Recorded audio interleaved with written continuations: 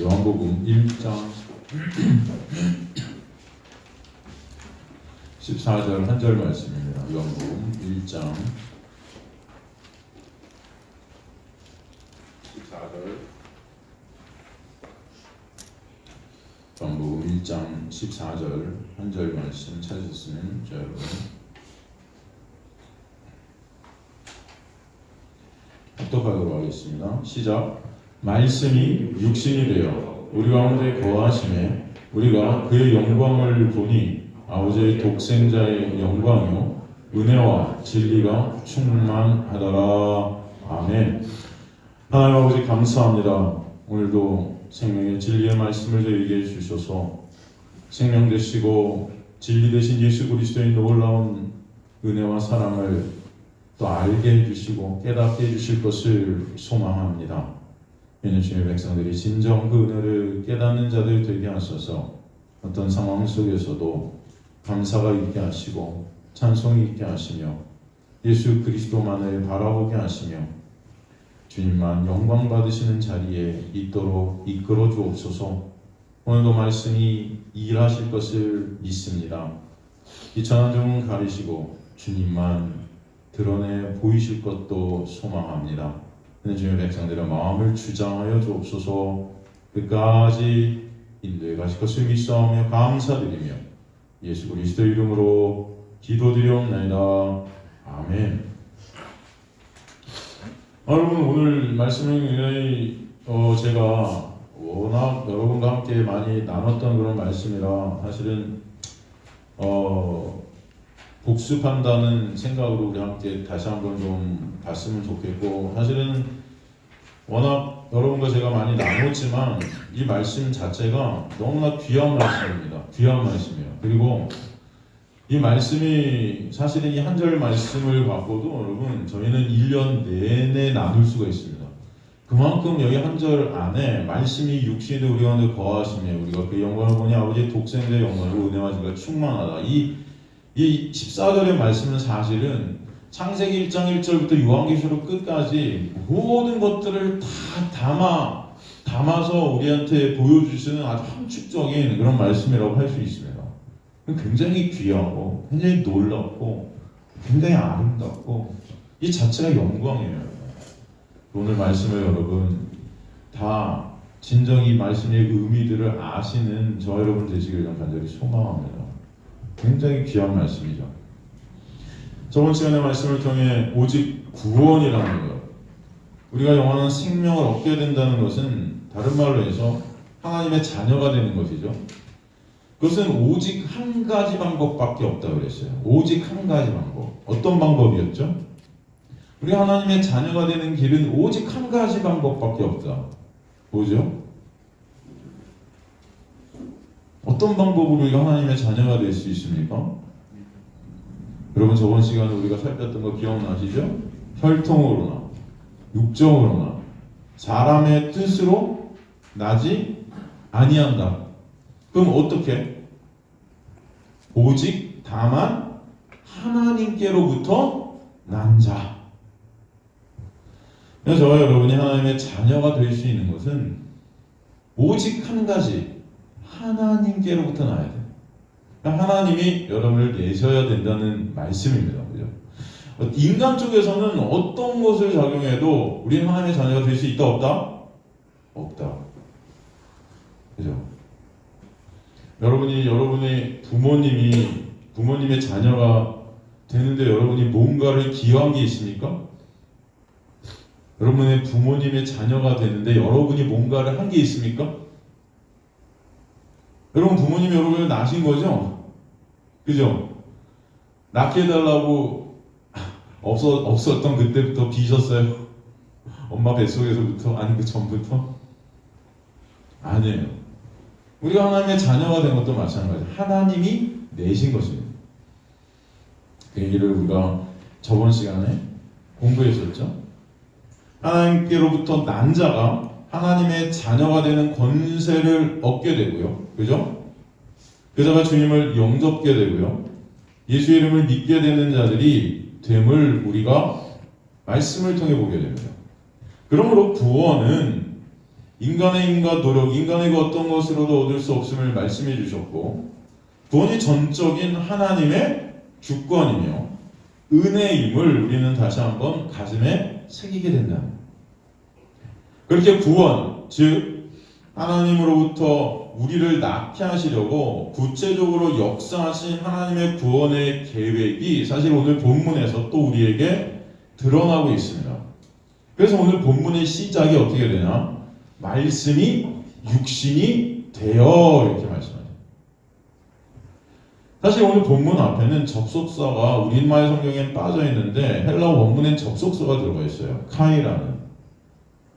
우리가 저번 시간에 말씀하신 이는 혈통으로나 육정으로나 사람의 뜻으로 나지 아니하고 오직 하나님께로부터 난 자들이니라. 그리고 이 그리고가 빠져 있습니다. 여러분 거기다 가로 치시고요. 가로 안 치셔도 되고 성경에 그리고를 써 놓으세요. 그리고 말씀이 육신이 되어 우리 가운데 가시며 우리가 그의 영광과 아버지의 독생자의 영광이고 은혜와 진리가 충만하더라. 1절부터 살핀 생명이고 빛이신 창조의 역사를 일으키신 그 로고스가 어떻게 되셨다? 육신이 되셨다. 그리고 말씀이신 예수님에 대해서 정의하고 있습니다. 예수 그리스도이신 말씀이 육신이 되신 것, 말씀의 성육신, 인카네이션, 그것을 선포하시고 계신 거예요. 그리고 말씀이 육신이 되셨다가 헬라어를 직역한 것입니다. 말씀이 육신이 되셨다. 근데 여기서 재미있는 것은 육신이라는 단어예요. 육신이라는 단어를 갖다가 보통 사람을 뜻하는 안드로포스나 몸을 뜻하는 소마라는 헬라어를 쓰지 않고 사르크스라는 완전히 이 사르크스라는 이 헬라어는요, 이 고깃덩어리라는 거예요, 완전히. 진짜 이 육적인 어떤 이런 굉장히 어떻게 보면 사람, 몸 이거보다 굉장히 더 원초적인 단어입니다. 잿덩어리인 이 육, 연약하고 부패할 수밖에 없는 그 육, 병들어 죽을 수밖에 없는 그 흙으로 돌아갈 수밖에 없는 무가치하고 무능하고 더러운 그 인간의 육, 그 육이라는 단어, 사르크스라는 헬라어를 여기다 갖다 딱 썼단 말이죠. 네? 거룩하신 하나님이 인간이 되셨다라는 표현을 갖다가 굉장히 어떻게 보면은 신성 모독 정도의 저급한 표현으로 썼어요. 이해가 되십니까, 여러분? 말씀이 사람이 되셨다. 말씀이 우리 몸이 되셨다. 이래도 좋은데 말씀이 고깃덩어리가 되었다. 원초적으로 해석을 한다면. 여러분 굉장히 신성 모독적 아닙니까? 하나님이 그런 인간의 더러운 이 무가차고 무능한 그런 고깃덩어리 같은 그런 육이 되었다.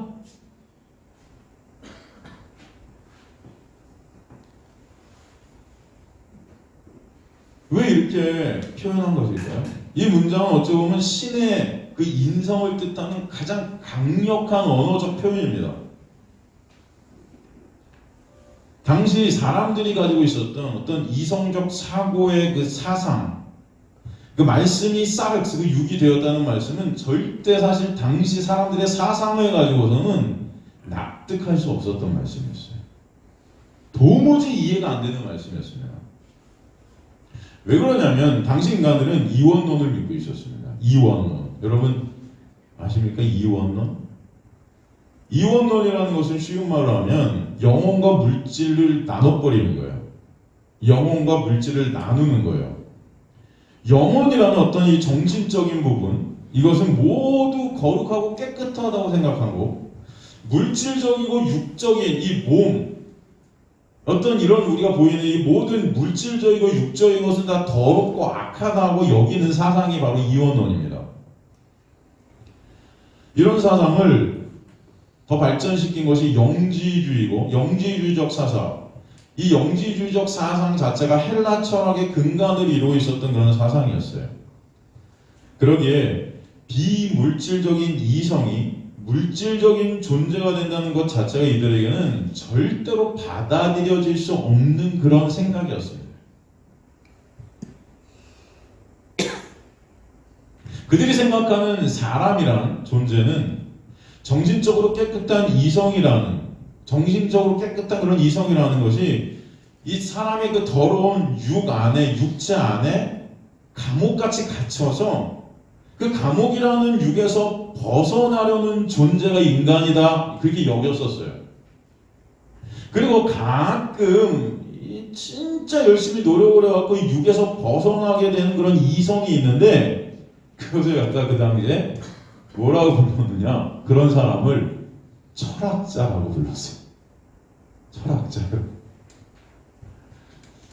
그런 사상과 생각을 믿고 있었던 그들의 관점에서 거룩한 신이 더러운 인간의 육을 입고 왔다? 이거는 절대로 그들의 생각에는 납득이 되지 않았던 거죠. 이해가 되십니까? 그래서 그들은 굳이 그렇다면 그것은 있을 수 없기 때문에 그들이 주장한 것은 가현설이라는 것을 주장했었어요. 가현설.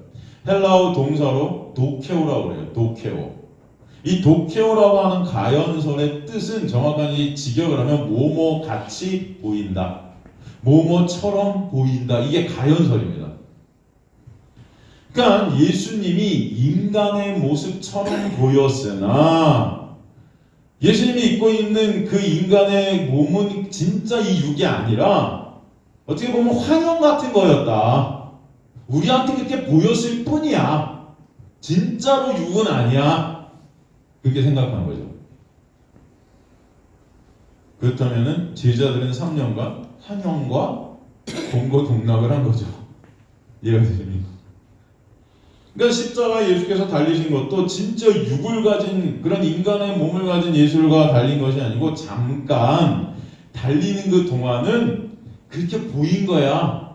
인간의 몸을 입은 것 같이. 이렇게 여겼던 거예요.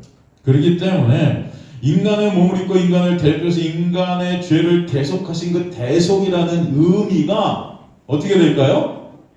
인정되지 않는 거죠. 이해가 되시죠? 대속의 의미가 사라져버리는 거죠. 그러기 오늘 본문은 이것을 갖다 배격하는 강력한 하나님의 말씀이라고 생각되어지는 거죠. 하나님이 인간의 육을 입고 인간이 되셨다라는 것은 바로 우리의 구원에 있어서 절대적으로 필요한 말씀이라는 거죠. 그 당시에 그래서 이 말씀을 믿는 사람들이 없었어요. 받아들여질 수 없는 말씀이었습니다. 제가 여러분에게 묻고 싶습니다. 그렇다면 여러분은 이 말씀이 믿어지세요? 말씀이 육신이 되었다. 이 말씀이 여러분의 삶 속에서 믿어지십니까? 당시 결코 인간들이 믿을 수 없었던 이 사상, 이 말씀, 이 선포가 지금 우리는 믿어지는가? 여러분 한번 자문해 보시기 바랍니다. 나는 이걸 진짜 믿고 있는가?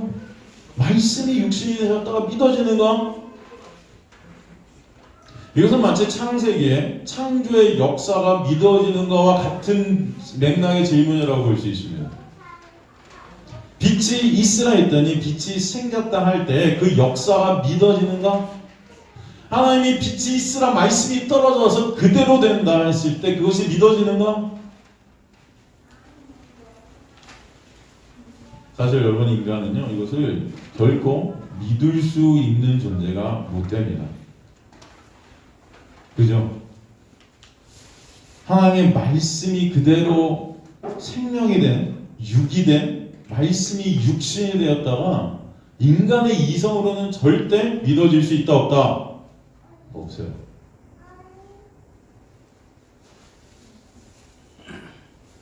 그래서 오늘 본문은 사실 인간이 믿을 수 없는 말씀의 절정이다, 저는 그렇게 생각합니다. 말씀이 인간이 돼? 성경 전체를 통해서 그래서 이 말씀보다 더 놀라운 말씀은 없다라는 생각도 듭니다. 그렇게 말씀이 육신이 되어 오신 그 예수 그리스도를 성경은 뭐라고 명명하는가 하면 인자라고 합니다. 인자. 여러분 들어보셨죠? 인자. 죄로 인해 모두가 시체가 된 이 무덤의 세상으로 말씀이신 생명 안에서 육신을 입고 오신 진짜 생명 되신 분을 갖다 인자라고 하는 거예요.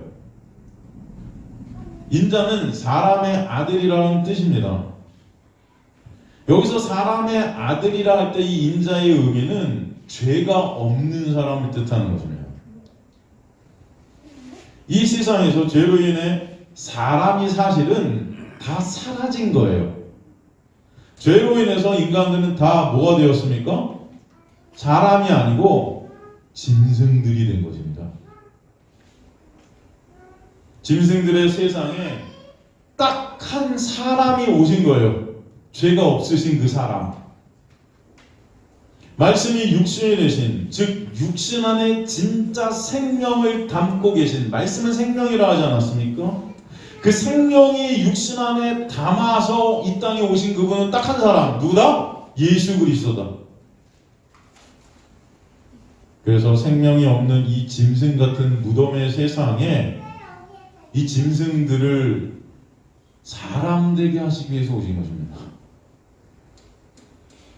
그래서 예수님이 어디서 태어나세요, 여러분? 짐승들의 밥통에서 태어나시는 거예요. 왜요? 그들에게 먹히시기 위해서 오셨기 때문에. 그래서 예수님은 요한복음에 보면 내가 산떡이다 그러죠. 산떡. 산떡이라는 건 밥이란 뜻이에요. 여러분이 먹어야 될 밥. 그래야 생명을 얻는다는 거죠.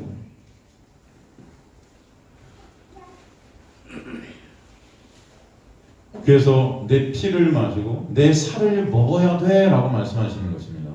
무슨 식인종도 아니고, 그죠? 그렇게 예수님을 먹지 않으면 생명이 없다 이렇게 말씀하시는 거예요. 이런 말도 안 되는 종교가 있어? 하고 당신은 그렇게 생각한 것입니다. 아니, 예수를 먹으라고? 말씀이 육신이 된 그 사람을 먹어야 된다고?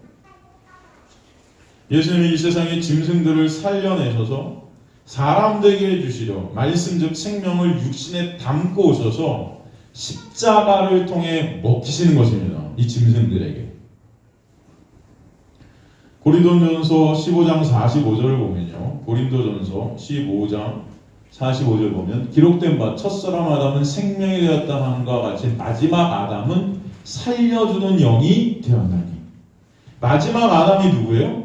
예수 그리스도시죠. 이 예수 그리스도가 살려주는 영이 되었다는 것은 생명을 주시는 영이다. 우리에게 생명을 주시는 분이 누구다? 예수다. 이 생명을 주시는 분이 예수라는 것은 이 생명은 인간의 힘과 능력, 노력으로 절대 얻을 수 없는 것이다라는 그런 조건이 들어가 있습니다. 혈통으로나 육적으로나 사람의 뜻이 아닌 하나님께로부터 우리는 받아야 된다. 예수가 주셔야 된다. 예수가 생명을 주시는 분이다.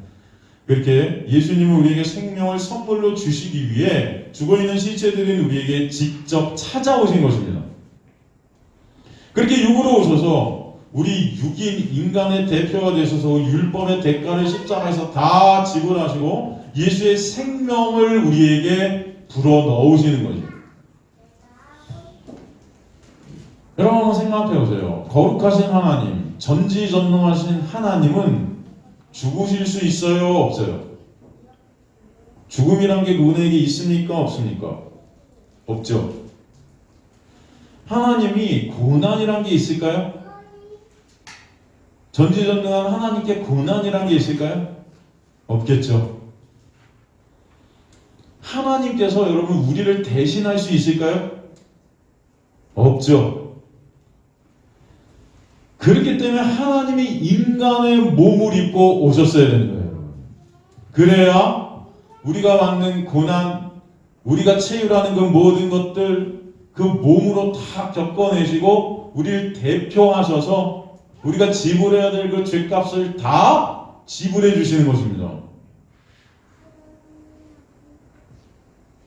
그래서 첫 번째 아담이 실패한 것을 두 번째 하나이신 예수 그리스도가 십자가를 통해 회복시키시는 그 진정한 창조의 역사를 보여주시는 거죠.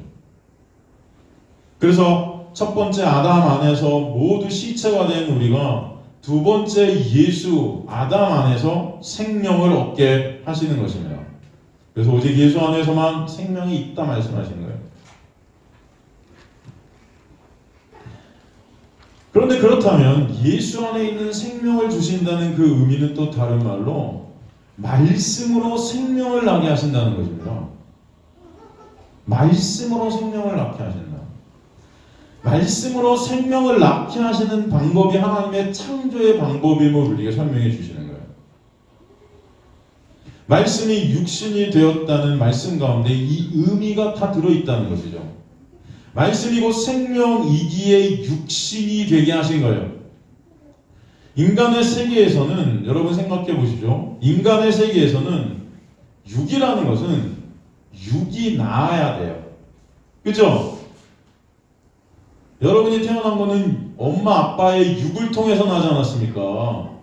이 우리 세계에서는 육이라는 것은 육이 나아야 돼요. 그죠? 근데 하나님의 창조의 역사는요, 육이 육을 낳는 것이 아니라 말씀이 육을 낳습니다. 이해가 되십니까? 이게 조금 어려울 수도 있는데 그것을 창조 사건을 통해서 우리에게 보여주시는 거예요. 없던 것, 즉 무가 유가 되게 하시는 하나님의 말씀을 보여주시는 거예요. 왜? 그 말씀이 생명이기 때문에. 그래서 말씀이 육신이 되어의 되어라는 그 헬라어가 디노마예요. 말씀이 육신이 되어의 그 되어라는 헬라어가 기노마이라는 헬라어예요. 기노마이는 뭐냐? 만들어지다, 생겨나다, 지음바되다, 태어나다. 말씀이 육신을 나게 하다. 이게 하나님의 창조의 역사라는 것을 우리가 설명해 주시는 것입니다. 말씀이 육신이 되신 그 예수를 그래서 인자라 한 거예요. 진짜 사랑. 그래서 말씀이 육신이 되신 예수 그리스도가 인자라 하는 그 의미는 하나님의 자녀가 되는, 짐승에서 사람이 되는 그런 역사가 예수 그리스도라는 그 성육신의 그 방법, 그 원리 같이 우리도 말씀으로 하나님이 나게 하실 것이다. 그래서 저와 여러분도 마찬가지로 말씀으로 나게 하시는 그 말씀이 육신이 된 예수 안에서 작은 예수들이 되게 하시는 거예요.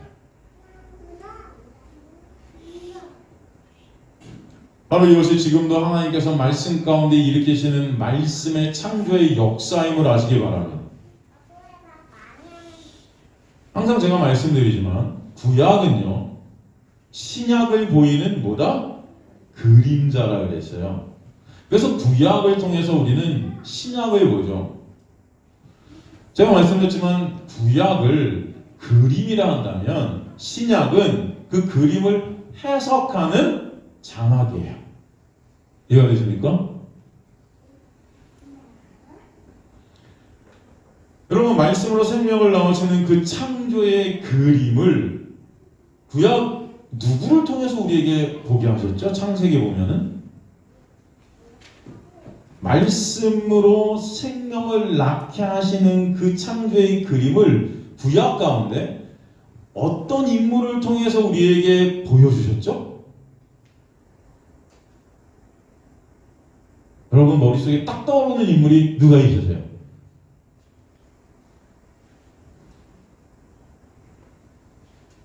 이삭이죠. 이삭. 여러분 이삭 아세요?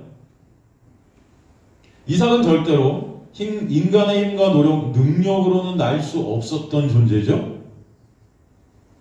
그 말인즉슨 이삭은 없음과 동일하다. 없음. 이삭을 낳은 그 아브라함과 사라, 그 당시 그들은 나무 토막과 같은 존재들이었습니다. 살아있다 하나 절대로 생명이라는 것을 낼 수 없는 자들이었어요. 그 안에는 생명을 가질 수 있는 능력이 사라진 자들이었습니다.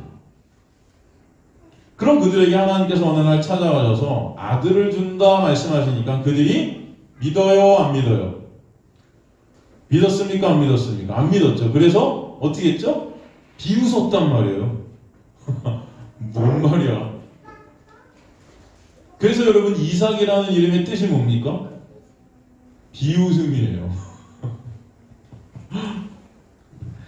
그건 무슨 말이에요? 나중에 그들이 그 이삭을 볼 때마다 어떤 생각하라는 거예요? 아, 우리는 하나님의 말씀을 믿지 못했던 자들이네요, 주님. 그런 우리에게 은혜를 베풀어 주셨네요. 아시겠습니까, 여러분? 여러분은 하나님의 말씀을 믿지 못하는 그런 자들 아닙니까, 사실. 믿습니다. 믿습니다. 그렇게 외치면서 믿고 싶지만 말씀이 육신이 된 것 자체가 안 믿어지는 자들이 우리의 모습이란 말이죠. 그런 우리가 믿음을 갖게 되었다는 것 자체가 하나님의 놀라운 역사임을 알라는 것입니다. 그래서 비웃음이라는 이삭의 이름을 보면서 인간들은 그래, 우리는 하나님을 비웃을 수밖에 없는 그런 존재들이야. 절대 하나님을 믿을 수 없지. 그런 우리에게 생명을 주신 그 주님의 은혜가 너무나 크고 놀랍네요. 그리고 하나님은 말씀대로, 약속하신 대로 절대 이삭을 낳을 수 없는 그들의 몸을 통해 이삭을 말씀으로 나게 하세요.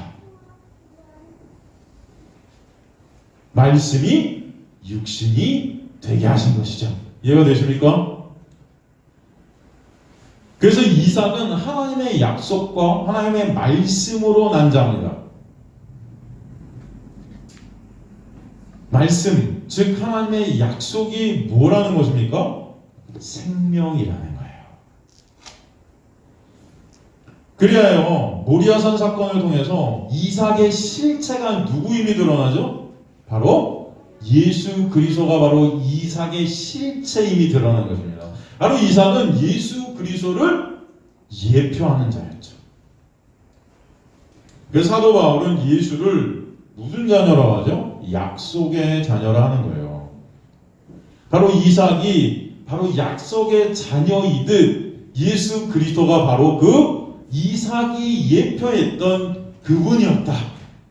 그래서 갈라디아서 3장 16절 보면 이 약속들은 아브라함과 그 자손에게 말씀하신 것인데 여러를 가리켜 그 자손들이라 하지 아니하시고 오직 한 사람을 가리켜 내 자손이라 하셨으니 약속의 자손 곧 그리스도다.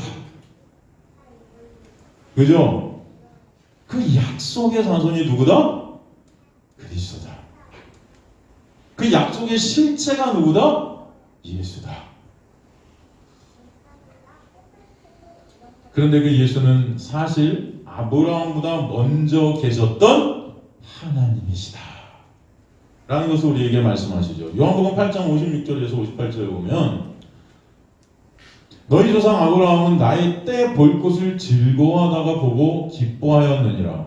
유대인들이 이르되 내가 아직 50세도 못 되었는데 아브라함을 보았느냐?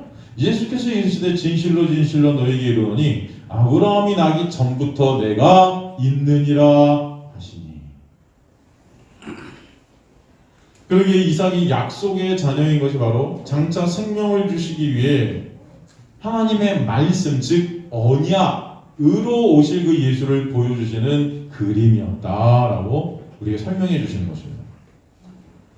예수 그리스도는 성경이 시작이 되면서부터 하나님께서 약속하셨던 분이라는 거예요. 그래서 창세기에 보면은 초반부에 여자의 후손으로 오게 될 자에 대해서 설명해 주신 것이죠. 왜 여자의 후손으로 온다고 한 걸까요? 왜 여자의 후손으로 온다는 걸까요, 여러분? 여기서 여자의 후손과 남자의 후손이 우리에게 상징하는 것이 무엇일까요? 남자의 후손으로 오지 않고 여자의 후손으로 예수님이 오셨다는 것 자체가 의미하는 것은 남자의 후손이라는 것은 여러분 인간의 혈과 육을 가리키는 거예요. 여러분, 우리 세상에서는 남자의 후손이 될 수밖에 없어요. 근데 하나님의 세상에서는, 창조의 역사는 이 인간의 역사와 다른다는 거죠. 그 인간의 혈과 육을 깨시고 오시겠다는 거예요. 은혜로. 그걸 말씀으로 오셨다 말씀하시는 것입니다. 그래서 마리아에게 나타나셔서 말씀하신 대로 이루시는 거예요, 여러분. 이해가 되십니까? 왜 그렇죠? 절대 인간의 혈통이라는 것은 뱀의 머리를 박살낼 수 있어요, 없어요? 없기 때문이에요.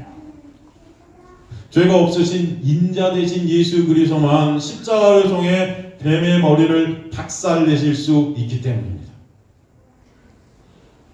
그러므로 말씀으로 약속 가운데 생명을 품고 진짜 생명이 되신 죄가 없으신 인자가 우리에게 오신 것입니다.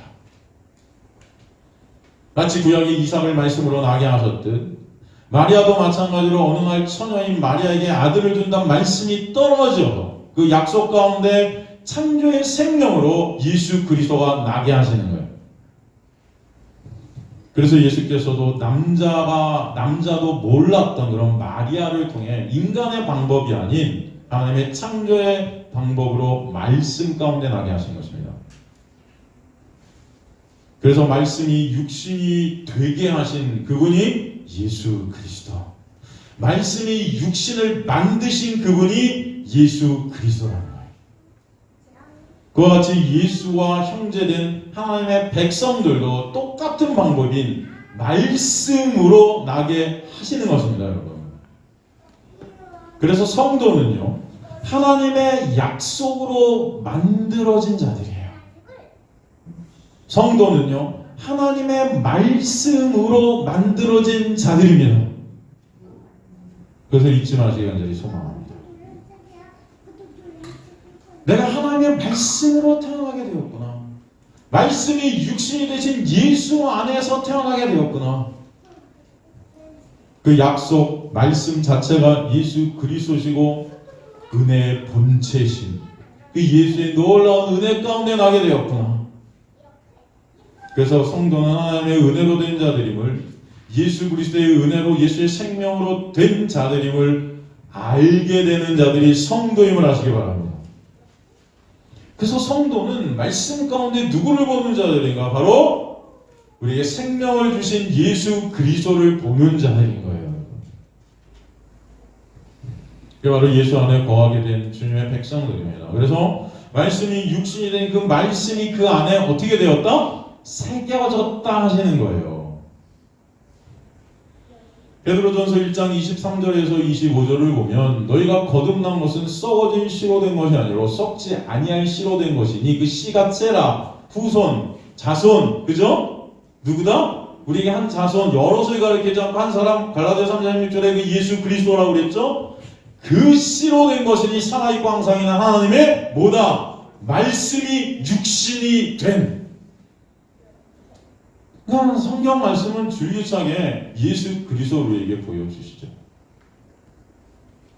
히브리서 8장 8절에서 13절도 보면, 히브리서 8장 8절에서 13절 보면 그대 잘못을 지적하여 말씀하시 주께서 이르시되 볼지어다 날이 이르니 내가 이스라엘 집과 유다 집과 더불어 새 언약을 맺으리라. 새 언약. 또 주께서 이르기를 이 언약, 새 언약은 내가 그들에게 10주일 손을 잡고 애굽 땅에서 인도해내던 날과 나의 그들과 맺은 언약과 같지 아니하도다. 그 율법과 같지 않은 거예요. 그들은 내 언약 안에 머물러 있지 아니하므로 내가 그들을 돌보지 아니하였노라. 또 주께서 이르시되 그날 후에 내가 이스라엘 집과 맺을 언약, 새 언약은 이것이니 내 법, 그 말씀을 그들의 생각에 두고 그들의 마음에 이것을 기록하리라. 말씀이 육신이 되신, 말씀과 육이 하나가 되신 그분이 내 안에 뚫고 들어오셔서 믿음이라는 선물을 주셔서 그 믿음 안에서 예수가 내 안에 기록되게 하시는 거예요. 나는 그들에게 하나님이 되고 그들은 내게 백성이 되리라.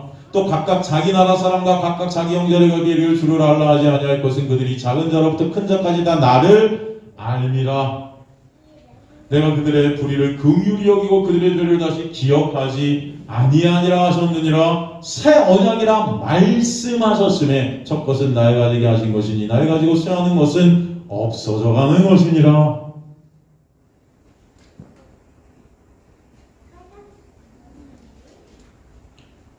고린도후서 4장 6절도 보면요. 고린도후서 4장 6절도 보면 어두운 데 빛이 비치라 말씀하셨던 그 말씀, 그 하나님께서 예수 그리스도 얼굴에 있는 하나님의 영광을 아는 빛을 우리 마음에 비추셨느니라.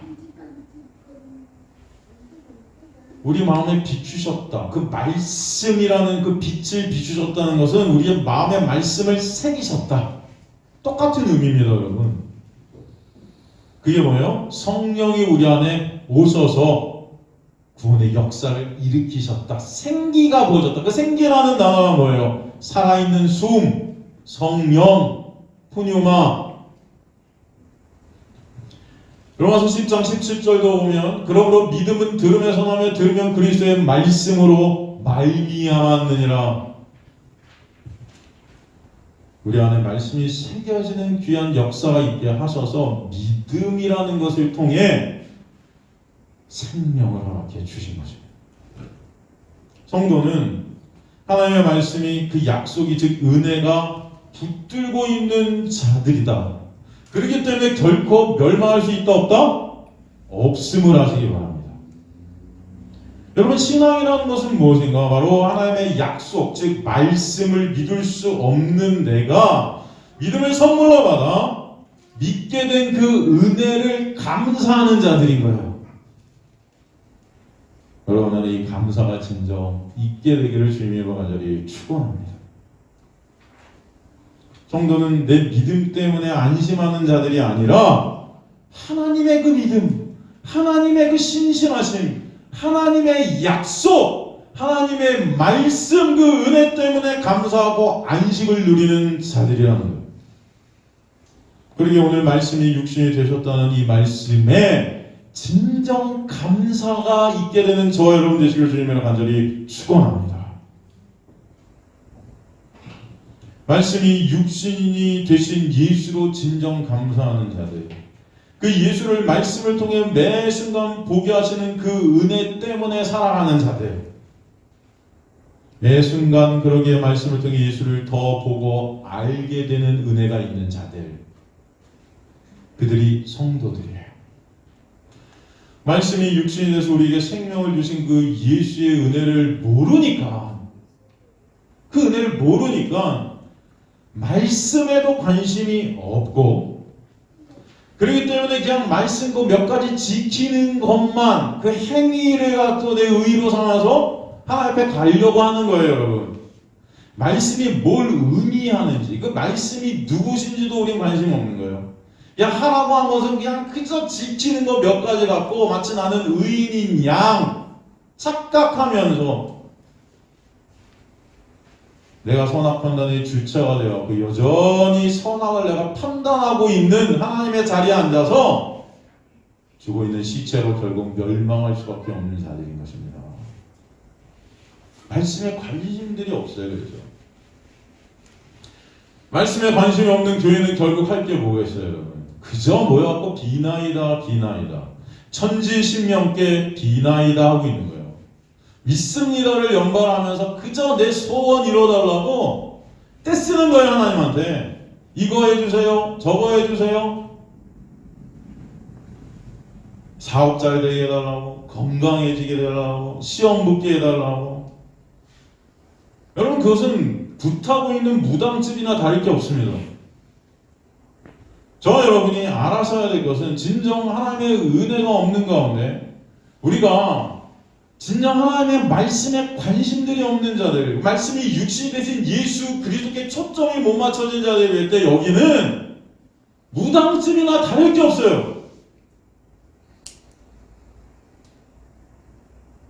그럼 목사는 여러분 무당보다도 더 못합니다. 솔직히 세련돼 보이겠죠, 저거. 양복 입고 멋있어 보이겠죠. 현대판 무당이에요. 서로 모여 그저 위로나 받고 좋은 일 조금 하는 것으로 사람들에게 칭찬받고 인정받고 이 사회 속에서 힘을 갖고 교회가 커지는 것이 즐겁고 그저 힘이 쌓여지는 것이 기쁜 그런 바벨탑을 쌓는 자들이 되는 거예요. 교회가. 그러니까 목사들도 이 교회를 사업체같이 운영하는 것입니다. 그저 사람을 많이 끌어모아서 어떻게 하든 이익들을 창출해내고 싶은 거예요. 교회가 말씀에 관심이 없으니까 예수께 관심이 없으니까. 그래서 여러분 요즘은 교회를 개척하면요 사람들이 거기 꽃다발을 보는데 축 신장돼요. 사업체예요 교회가. 사람들 생각에 이 세상 속에서 세상 사람들이 생각하는 교회가 여러분 사업체라고요.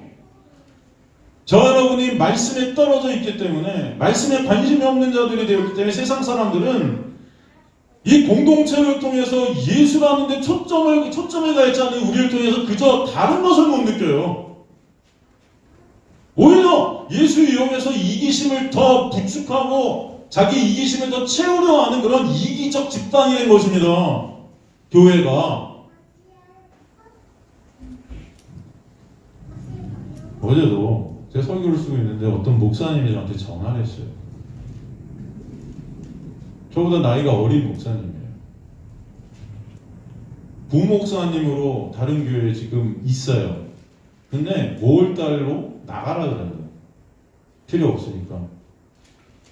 근데 나이가 40대 이제 중반이 넘어가니까 다른데 부목으로 갈 수도 없고 어떻게 해야 될지 모르겠다고 저한테 전화가 왔어요. 목사님 저 어떡하죠? 그러면서 그 담임 목사님이 불러서 얘기를 하더래요. 이게 여러분한테 이런 말씀도 드려야 되나? 하면서 이거 꺼야 되나? 이거 유튜브? 이거 교단에 다 나가는 거 아니에요? 우리 교단인데. 편집해 주세요. 그 담임 목사님이 부르더니 그 부목사님 어제 전화 온 그 목사님한테 그래요.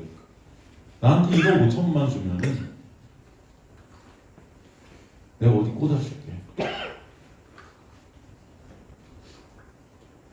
자기 교회 후임으로 어떤 목사를 부를 텐데 그 목사가 담임하고 있던 교회가 성도가 0명이래요. 근데 너 글로 가. 거기 상가를 갖다가 샀는데 그 이자를 갖다가 사람들이 모아줄 때까지 내가 내줄 테니까 나한테 1억 5천만 줘. 근데 목사님 제가 그 돈이 어디 있겠습니까? 그래서 나왔습니다. 잘했다고 했어요. 그 전에 어떤 일이 또 있었냐면 어떤 목사님이 내가 너 거기 담임으로 가게 해줄 테니까 나한테 3억만 줘.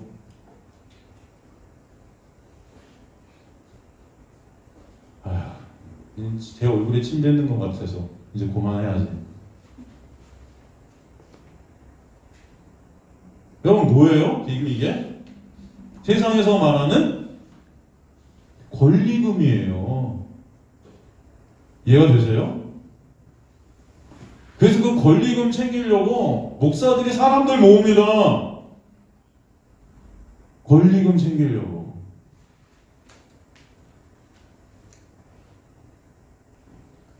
저도 권리금 좀 받아야 되는데 저에게는 가망이 없는 것 같아요. 저는 나갈 때 권리금도 없겠어요. 그죠? 그러면 이 교회가 지금은 이 모양, 이 꼬락서니가 되었어요. 말은 교회인데 교회인가요? 이게 교회인가요? 아닐까요? 그럼 한번 대답들 좀 해보세요. 간파는 교회예요.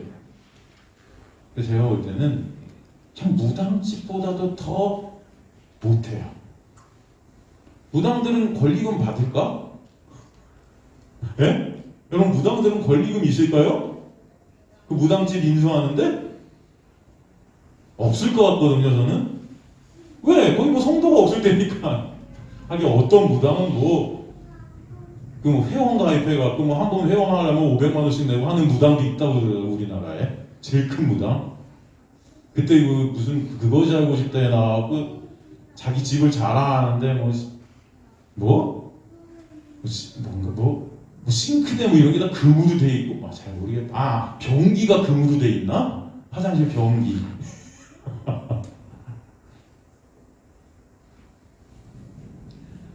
여러분, 예수님이 오셨을 당시나 지금이나 변하는 게 없습니다. 인간. 예수님이 오셨을 때도 성전을 갖다 예수님이 뭐라고 그러셨죠? 장사꾼의 소굴이라고 했어요. 그래서 이것이 헐려야 된다고 하셨어요. 그럼 교회는 헐어져야 맞습니다. 여러분, 인간이 세운 교회, 인간의 인본주의적 교회들은 다 헐어져야 되고, 오직 진정 예수 그리스도가 낳으신 진정한 교회가 여러분 한 사람 한 사람이 교회 되시는 그 역사가 여러분이 있게 되기를 전 주님의 간절히 축원합니다. 하나님의 은혜로 된 교회는 여러분 그 안에 진정한 가치가 예수 그리스도만 되실 줄 믿습니다. 하나님의 은혜로 나아진 하나님께로부터 나아진 교회는 진정 예수 그리스도를 말씀으로 보는 교회인 줄 믿습니다. 여러분의 모든 관심과 여러분의 모든 가치와 여러분의 모든 시선이 이 예비 공동체 안에서 예수 그리스도께 향해야 할 줄도 믿습니다. 그러면 그렇지 않으면 저희도 여러분 이런 모든 교회들과 똑같아요. 다를 게 하나도 없어요. 그걸 아셔야 돼요. 난 게 없어요. 우리들도 똑같습니다. 여전히 죄만 생산해내는 불의한 청지 같은 그런 모습이 우리의 모습이거든요. 그런 우리가 살아날 수 있는 길은 오직 하나, 예수 그리스도의 놀라운 은혜가 우리에게 임하고 그 예수 그리스도의 장막 안에 거해지는 귀한 역사가 있어야 돼요.